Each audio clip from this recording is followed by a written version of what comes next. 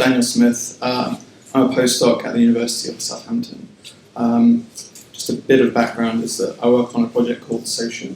It's an EPSRC funded project from 2012 to 2017. These are the PIs on the project.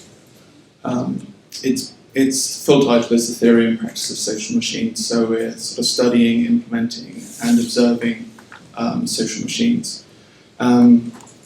The kind of first definition of social machines that we and other researchers use kind of came about in Tim Berners-Lee's book, Weaving the Web, from 1999, where he basically described that social machines are constructs where computers can do the hard admin work in a big system, leaving the creative and kind of fun or hard parts to humans. And so one of the ways of sort of looking at that is to say, when we have lots of machines, we can do big data, we can do big computations. When we have lots of people, we can do big social networks. When you kind of combine those two things, you have social machines. So more about kind of personal data. There's a lot of data out there being processed, being created by kind of us, which is then being given to companies. But as well as that, there's kind of this increase in wearable devices. So we're creating a lot of data. People are interested in tracking their weight, tracking their activity. There's even like a Bluetooth fork you can get now to kind of figure out how much food you're eating, how quickly you're eating it, how long it's taking you to eat, that kind of thing. Is it then posted to Twitter? Well, this is the funny thing, right? So,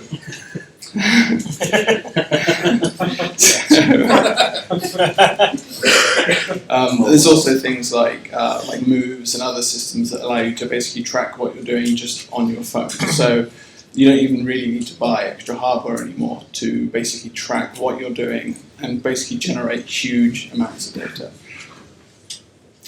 And the idea behind this is that if you can track what you're doing and your health and your well-being, then this might allow you to be more empowered with your health and maybe even kind of change your relationship with your doctors and basically improve your health, right? But the problem with that is that in order to do this, the way the systems are set up now is that you as a user have to post that data to the external service. Usually this is a service set up by the person that's selling the device. So you'll buy a Fitbit, it sends the stuff to a Fitbit server. You buy a Nike Fuel Band, it sends things to a Nike server. So they now have all of the information about how often you run, when you run, and they have that for all of their users. But this gives us problems. So, for example, what happens when systems go down? Well, I can't access my data, I can't upload it, I can't see it. What happens when systems or companies go bust? I can't have my data anymore, I've lost it. If I've been tracking something for a year or 2 years, and then it goes bust and I don't have a chance to get my data, then what was it all for? Similarly, what happens when services get bought by other services or combined? There was a recent example of when YouTube and Google kind of combined their identity systems. This meant they now want everyone to identify themselves with their real names. This causes a lot of kind of social problems in that people don't necessarily want to do this. They want to be anonymous. So the way kind of we've been looking at it is to say, well, instead of posting all of your data to external services, can we instead give some of the control back to the user, allow them to host their own data, but still allow them to access external services and things like they do now, if they want to. Still allow them to publish things to the web as they may want to. So I'm going to talk basically briefly about a system called Index, which is our personal data store. It's open source, it's free. We work on it on GitHub, so it's all kind of open, public. And basically, this is kind of the way the kind of architecture kind of works. Each circle basically represents someone's personal data store. So each user can have a number of different databases within their store. They can create these for whatever purposes they like, and then they can access these with whichever devices they like. And they can host these wherever they like, on their local computers, in the cloud, wherever they're comfortable have access. And some people will have different levels of access than other people, if you know what I mean, right? But of course, to do this, there are a number of challenges. Okay, one of them is how do you support multiple identities? So this is from a blog called Identity Worm, where there's this kind of spectrum from completely anonymous all the way through to kind of a fully verified identity. You will want to support having multiple identities. On one system, you may want everyone to know exactly who you are, whereas on another system, you want to be completely anonymous. So if we can support this at a data store level, it'll make it much easier for people to do this kind of thing, whereas at the moment it's kind of difficult, and when systems combine, you get kind of issues. But as well as that, it kind of is more complicated. You may want fluidity of identity. These identities change dynamically over time. So you may not always want to be anonymous on a system. You may not always want to be verified on a system, for example. Similarly, in order for this to actually work, you're going to have to use some kind of distributed identity system. So if I'm sending data to other people's stores and they're sending data to mine, then we're going to have some kind of good mechanism to authenticate and verify between different stores, and that's where things like OpenID and WebID are kind of existing technologies that we can leverage to do this. One thing that's important in order to make this actually kind of usable is to integrate existing things like moves, fuel bands, Fitbits, so that this data can be stored, and also for data to be exported into other systems that people already use.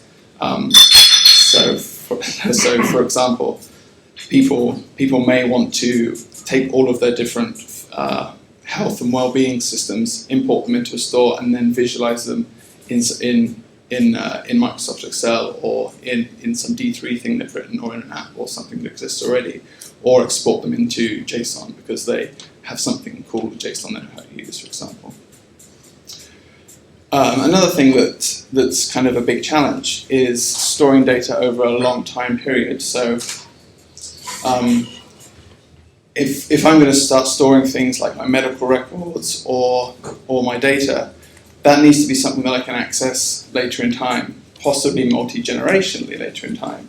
If I start putting all of the information that my grandmother in and then she dies, I may not know what some of that means in 15 years' time when I want to look at it. A famous example of this is the BBC Doomsday Project, where they created the project, then later in time they couldn't access the data on it because it was in a very technically strange format. One thing that may help us yet to be seen is using basically sensible data formats. If we use ontologies and semantic web, if we store the raw data as we get it, if we annotate it as best we can, will that mean that in future we'll be able to create, a 100-year data store? This is the kind of thing. Similarly, historically, it's really hard for people to manage their data. People don't back up their data that often. People break their devices. People are really bad at doing version control. So, for example, here, when you're working collaboratively with someone on, say, a research paper, you'll end up with multiple just Word documents or something that get emailed between each other with crazy names. So, can we build into the system version control that is easy to use? Can we build durability into the system so that if there's hardware failures, if there's downtime, that the user isn't affected, that the user doesn't know?